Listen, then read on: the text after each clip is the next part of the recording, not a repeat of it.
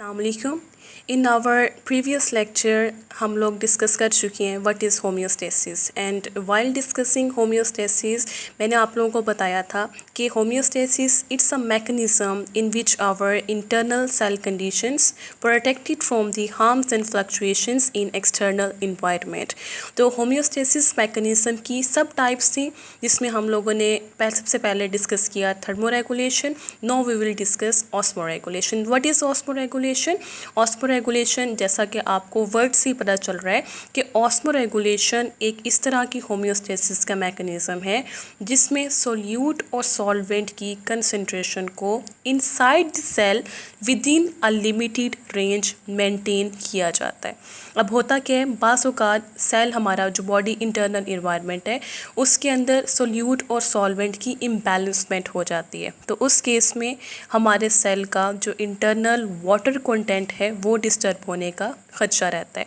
इस चीज़ को प्रिवेंट करने के लिए, उस चीज़ से बचने के लिए हमारा सेल अपने अंदर फिक्स्ड क्वांटिटी में सोल्यूट और सॉल्वेंट की कंसंट्रेशन रखता है।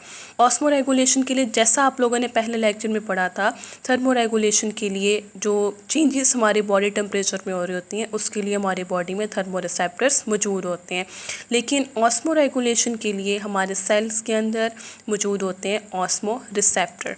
ऑस्मो रिसेप्टर क्या करते हैं? ये हमारे सेल की इंटरनल कंडीशंस में जब फ्लक्चुएशंस आती है ये उसको डिटेक्ट करते हैं, जो कि हमारे सेल के अंदर ऑस्मो रेगुलेशन के मैकेनिज्म को क्या करता है?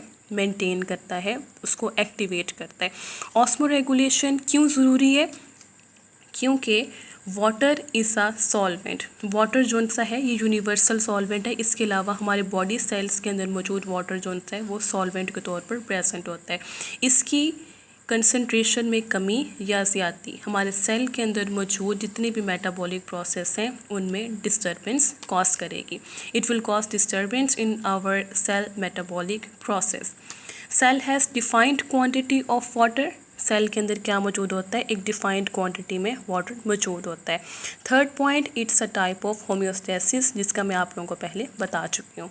अब होता क्या है, ऑस्मो रेगुलेशन के लिए हमारे जो सेल हैं उसको 3 तरह के इन्वायरमेंट्स का सामना करना पड़ सकता है। फॉर एग्जांपल, अगर सेल इस तरह के इन्वायरमेंट में मौजूद है जिसमें जो आउटर सेल इन्वायरमेंट है वहाँ पे सोल्यूट कंसंट्रेशन बहुत कम है और जबकि वाटर की कंसंट्रेशन बहुत ज़्यादा है।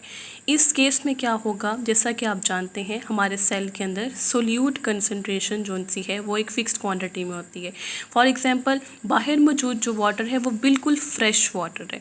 आपको पता है फ्रेश वाटर के अंदर मिनिमम क्वांटिटी में सॉल्ट्स या सोल्यूट जो है वो पाया जाता है।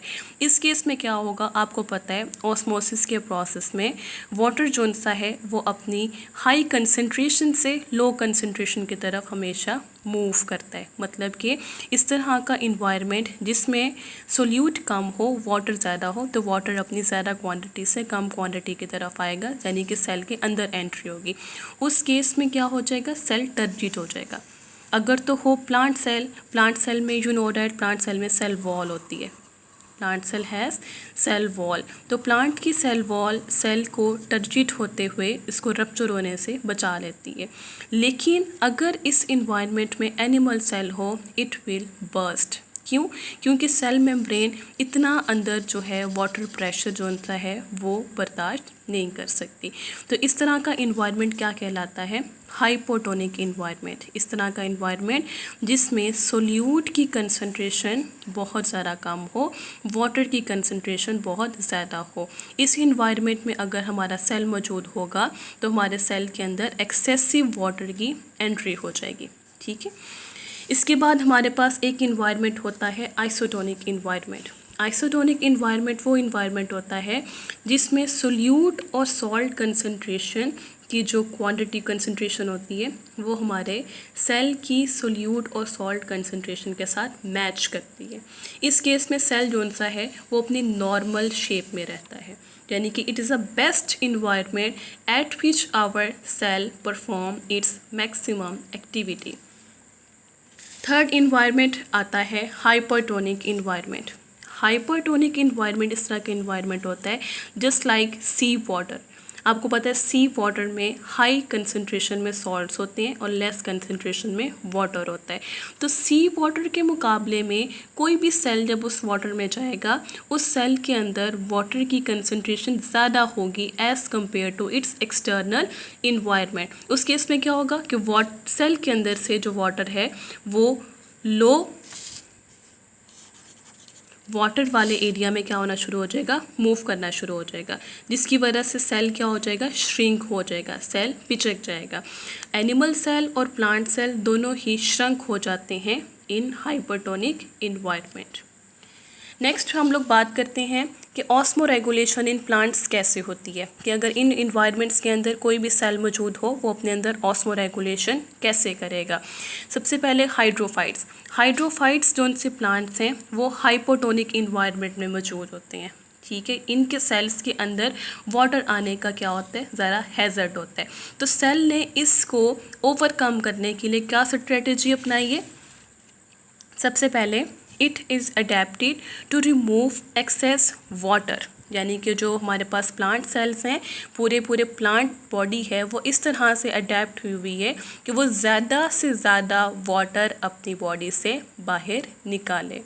दूसरा इंपॉर्टेंट पॉइंट, उसका जो लीफ सरफेस एरिया है इट इज़ वेरी लार्ज, यानी कि लीफ सरफेस एरिया बहुत ज़्यादा बड़ा होता है। जितना ज़्यादा लीफ सरफेस एरिया होगा उतना ही ज़्यादा रेट ऑफ ट्रांसपायरेशन होगा, और जितनी ज़्यादा लीफ की सरफेस से ट्रांसपायरेशन होगी उतनी ही अमाउंट में उसकी बॉडी से वाटर जो होता है वो इवेपोरेट होगा, वाटर उसकी बॉडी से बाहर निकलेगा। तो जितना भी एक्सेसिव एंट्री हो जाएगी उस प्लांट सेल में वाटर की, वो सारी प्लांट सेल अपने स्पेसिफिक मैकेनिज्म के थ्रू क्या कर रहा है, बॉडी से आउट कर रहा है। Third point is extensive stomata on upper side of leaf की ऊपर वाली साइड पे क्या मौजूद होते हैं, एक्सटेंसिव स्टोमेटा मौजूद होते हैं। आपको पता है स्टोमेटा के दरमियान में एक पोर होता है जिसको हम लोग नाम देते हैं स्टोमा का। इस पोर के थ्रू ज़्यादातर जो ट्रांसपायरेशन होती है और गैसियस एक्सचेंज होती है वो हमारे पास ज़्यादातर होता है इस स्टोमेटा के थ्रू। तो extensive stomata on the upper side of leaves होने का क्या मतलब है कि इनमें rate of transpiration, rate of evaporation बहुत ज़्यादा होगा, स्पीड अप हो जाएगा। और तीसरा पॉइंट, इनमें थिन क्यूटिकल मौजूद होती है। थिन क्यूटिकल मौजूद होने का क्या मतलब है कि इन सेल के अंदर जो वाटर, क्यूटिकल एक इस तरह की लेयर है जो इम्परमिएबल होती है वाटर के लिए, यानी कि इन प्लांट्स ने अपनी क्यूटिकल भी थिन करके रखी होती है ताकि इनकी प्लांट बॉडी से वाटर को इवेपोरेट होने में कोई मुश्किल पेश ना आए। That's all about osmo regulation in hydrophytes.